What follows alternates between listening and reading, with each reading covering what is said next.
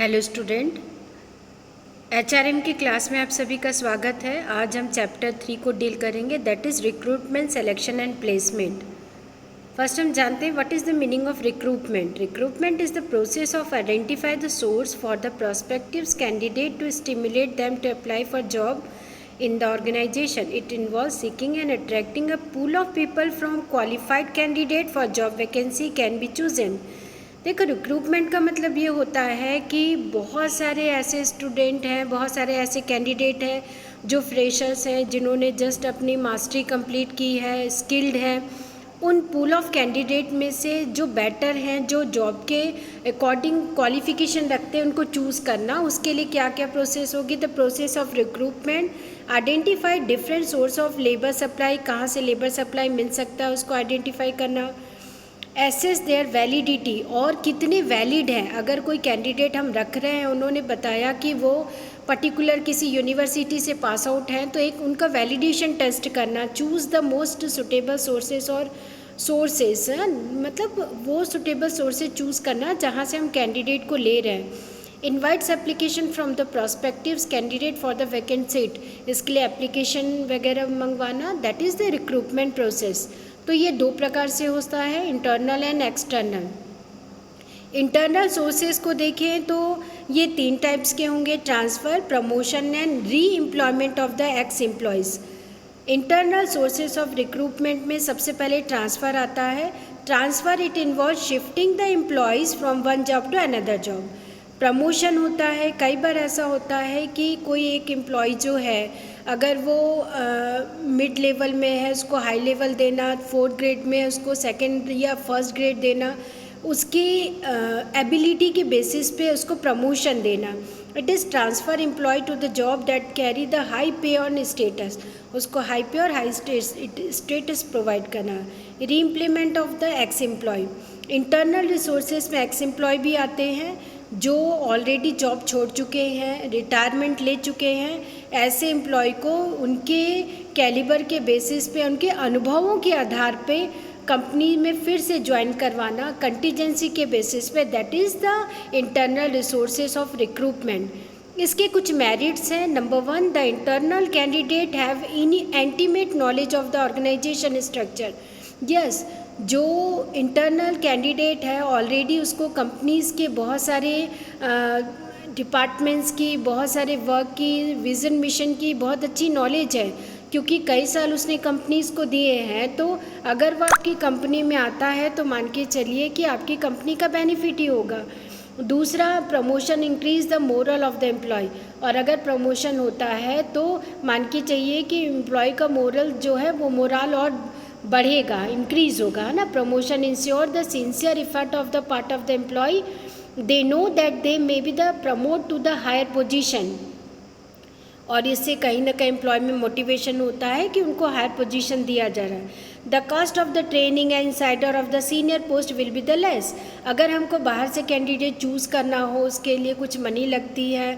Interview schedule form करना हो तो उसके लिए इंटरव्यूअर को कुछ हमको पे करना पड़ता है, तो इन सब कॉस्ट से हम बच सकते हैं। Reliance of the internal resources will enable the enterprise to make best use of candidate capability of the employ. हम एम्प्लॉय की कैपेबिलिटी को बेस्ट फॉर्मेट में इंटरनली सोर्सेज के द्वारा यूज़ कर सकते हैं अगर हमने इंटरनल उनको चूज़ किया। The cost of the internal recruitment is very low, exact, क्योंकि हमको बाहर से कुछ खर्चा नहीं करना है। इंटरनली हम अपने एम्प्लॉय को हाई पोजीशन दे रहे हैं, रिक्रूट कर रहे हैं, तो कहीं ना कहीं बहुत सारी चीज़ों को हम सिक्योर कर रहे हैं। डीमेरिट्स भी हैं। नंबर 1, ये बेटर क्वालिफाइड आउटसाइडर में नॉट बी रिच। हाँ, जो आउटसाइडर हैं वो अगर आपके एम्प्लॉय से ज़्यादा क्वालिफाइड है, ज़्यादा स्किल्ड है, तो हम उन तक नहीं पहुंच पा रहे, इसके डिमेरिट्स हैं। Mobility of the man power is restricted. Yes, exact, man power को कहीं ना कहीं हमने रिस्ट्रिक्ट कर दिया है। Once the man join the organisation he will stick to the organisation.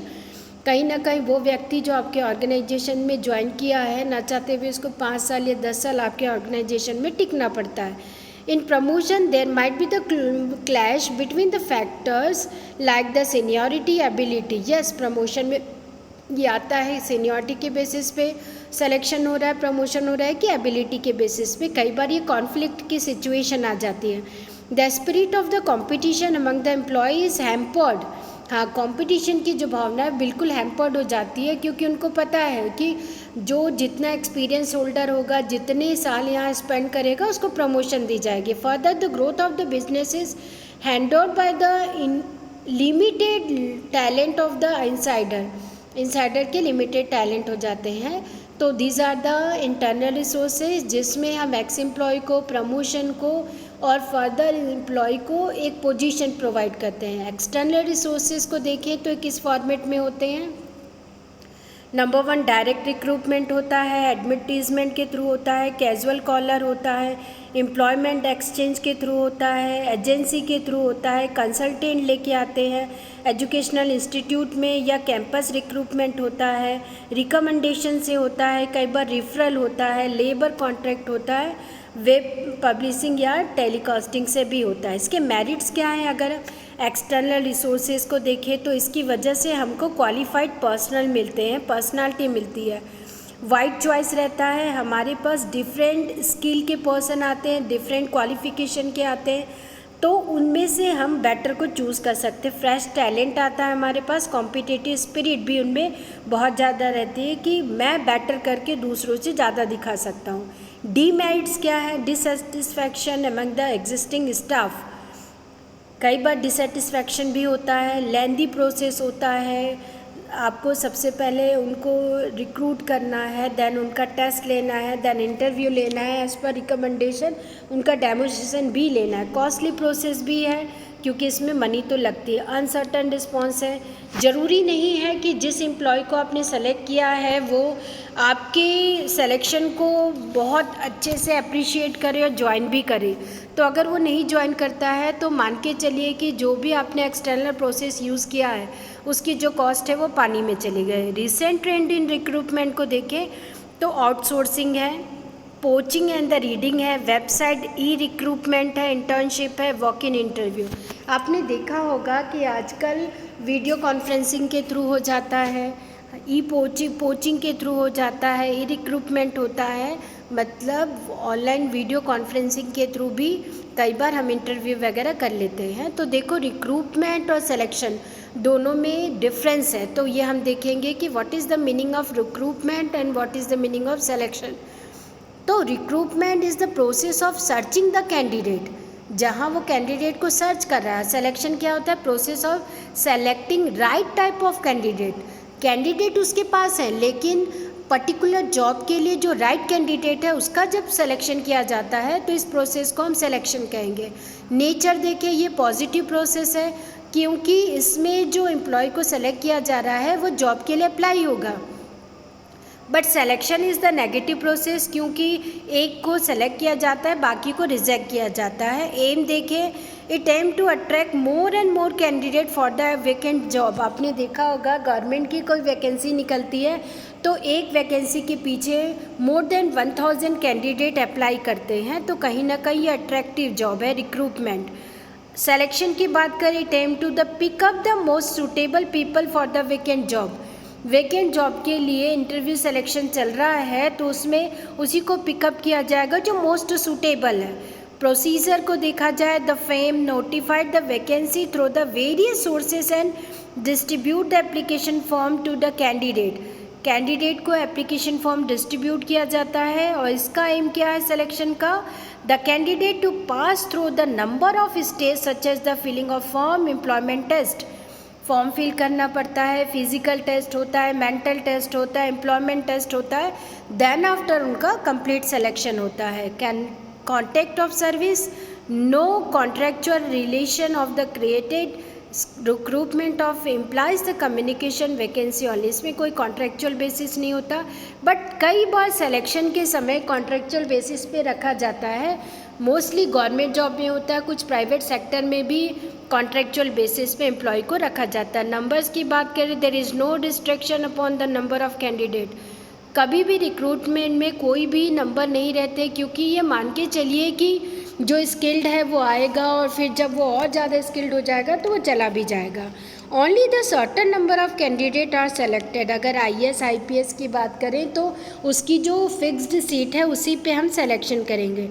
Benefit of selection की बात करें तो proper selection and placement of the personal go the long towards the building of the suitable work place. जैसे मैंने आपको कहा कि जो हायर सिलेक्शन होते हैं, हायर प्लेस पे सिलेक्शन होते हैं, वो लॉन्ग टर्म के लिए होते हैं। Competent employ will show the higher efficiency enable the organisation to achieve its objective. जो कॉम्पिटेंट एम्प्लॉई हैं कहीं ना कहीं वो अपने साथ आपको भी बेनिफिट देंगे, तो बेटर सिलेक्शन जरूरी है। The rate of the industrials accident will be the considerable low its suitable employer plays on various job। आपने एक बार टफ सिलेक्शन कर लिया तो मान के चलिए कि इंडस्ट्रियल एक्सीडेंट की चांसेस कम हो जाते हैं। When the people get job their test and the choice they get the higher job satisfaction. अगर उनके टेस्ट और चॉइस के अकॉर्डिंग आपने उनको जॉब प्रोवाइड की है तो मान के चलिए कि कंपनीज का हैप्पीनेस इंडेक्स बढ़ेगा और उनका हायर जॉब सेटिस्फैक्शन भी होगा। The moral of the employ of the organisation who are the satisfied with their job of often the high. Very good. इसमें ये लिखा गया है कि सिलेक्शन की वजह से एम्प्लॉयज़ का मोरल बहुत हाई रहता है। स्टेप ऑफ द सिलेक्शन को देखें तो आपने जैसा देखा होगा कि पहले प्रीलिमिनरी होता है, देन उसके बाद स्क्रीनिंग होता है, फिर एम्प्लॉय टेस्ट होता है। एम्प्लॉय टेस्ट कई फॉर्मेट में होता है, कई बार उनका इंटेलिजेंट टेस्ट किया जाता है, पर्सनालिटी टेस्ट किया जाता है, इंटरेस्ट टेस्ट किया जाता है, देन फाइनल इंटरव्यू होता है। उसके बाद उसके रेफरेंसेस को चेक किया जाता है, मेडिकल एग्जामिनेशन होता है और इतने सारे टोटल 7 स्टेप के बाद उनको अपॉइंटमेंट लेटर मिलता है। एम्प्लॉय टेस्टिंग की बात करें तो हर एक इंडिविजुअल का different type of physical character capacity test होता है, level of mental ability test होता है, लाइक डिसलाइक टेस्ट होता है। The difference among the individual candidate can be the analyse with the help of various psychological and trade test होते हैं। This test can provide the important information about the candidate as regard his intelligence, aptitude, interest, analytical skill, decision making and personality etcetera. तो इतने सारे test की ज़रूरत क्या है? मैं सिंपली आपको बताऊं, जब आप एम्प्लॉय के होल सोल या होलिस्टिक अप्रोच को देखते हो तब ये भी देखा जाता है वो किस फैमिली बैकग्राउंड का है, उसका थिंकिंग स्टाइल क्या है, उसका साइकोलॉजिकल माइंड कैसा है, उसका फिजिकल हेल्थ कैसा है, मेंटल एबिलिटी कितनी है, उसका इंटरेस्ट लेवल क्या है, उसकी इंटेलिजेंसी पावर क्या है, डिसीजन मेकिंग क्या है, उसका attitude towards the job, attitude towards the personality and attitude towards the object. ये सारी चीज़ों को टेस्ट किया जाता है। तो इसके कुछ लिमिटेशंस हैं, जैसे कि क्लासिफिकेशन ऑफ एम्प्लॉयमेंट टेस्ट हम करें तो सबसे पहले आता है इंटेलिजेंसी टेस्ट। इंटेलिजेंसी टेस्ट के लिए बहुत सारे मेंटल कैपेसिटी ऑफ एप्लीकेंट बनाए जाते हैं, क्वेश्चनर होते हैं जिसके बेसिस पे उनका इंटेलिजेंट टेस्ट लिया जाता है। एप्टीट्यूड टेस्ट ये देखने के लिए किया जाता है कि एप्लीकेंट की capacity is the potential for the development कितनी ज़्यादा है। कॉग्निटिव टेस्ट किया जाता है मेंटल और इंटेलेक्चुअल एबिलिटी को टेस्ट करने के लिए। मोटर टेस्ट किया जाता है कि वो फिजिकली कितना फिट है। देन प्रोफिशिएंसी टेस्ट किया जाता है। This are use to test the level of the knowledge and proficiency of the applicant. Interest test किया जाता है कि पर्टिकुलर किस एरिया में इंडिविजुअल का इंटरेस्ट है, मतलब स्पेसिफिकली कंसर्न को देखा जाता है, फैसिनेशन, इन्वॉल्वमेंट को देखा जाता है। देन पर्सनालिटी टेस्ट किया जाता है। एज यू नो दैट कि हर पर्सन की पर्सनालिटी सिचुएशन के अकॉर्डिंग चेंज होती रहती है, तो उसकी जो पर्सनालिटी है वो इंडिविजुअल के फिक्स्ड वे में कौन सी है, prove the quality of the individual personality as a whole वो कौन सी पर्सनालिटी को शो करता है, ज़्यादा इंट्रोवर्ट है, एक्सट्रोवर्ट है, सोशेबल है कि वो अग्रीएबल है, ये देखना पड़ता है। एम्प्लॉयमेंट इंटरव्यू की बात करें तो इंटरव्यू में वो सारे मैटर उससे पूछे जाते हैं जो होलिस्टिक अप्रोच को दिखाता है। सिग्निफिकेंट ऑफ एम्प्लॉयमेंट इंटरव्यू की बात करें तो ये फेस टू फेस होता है, between the employer and candidate होता है। The candidate can seek more information about the employer and the job. उसको पता चलता है कि जॉब की ज़्यादा इन्फॉर्मेशन एम्प्लॉय के थ्रू उसको मिलती है। The communication skill of the candidate can be the जज in the interview his way of the thinking to know. वो ये जानने की कोशिश करते हैं कि पर्टिकुलर जो कैंडिडेट है उसका थिंकिंग स्टाइल, सोचने का तरीका क्या है. Interviewing is very important where the candidate has not be go through employment test. Many companies do not follow the elaborate selection process as it is the costly and time consuming. They can rely on interview if it is the properly planned and interviewing plan के साथ किया जाता है. Kind of employment interview मैंने आपको बताया है. Limitations इसके कुछ होती है जिसमें हम नहीं जाएंगे. कई बार ग्रुप डिस्कशन होता है. अब come to the point, placement. Placement may be defined as the determination of the job to which the select candidate is to assign and is assigned to the job. जो candidate हमने select किया है उसको job assign करना और किस job के लिए असाइन करना ये देखना प्लेसमेंट का काम होता है. It include the initial assessment of the new entrance and the transfer and promotion of the existing employ. Placement में ये भी आता है कि जो एग्जिस्टिंग एम्प्लॉय है उसका ट्रांसफ़र फर्दर हायर जॉब के लिए किया जाए, हायर स्टेजेस के लिए किया जाए, प्रमोशन किया जाए, ये भी प्लेसमेंट में ही आता है. It is matching of what the supervisor has the reason of to think his can do with the job demand.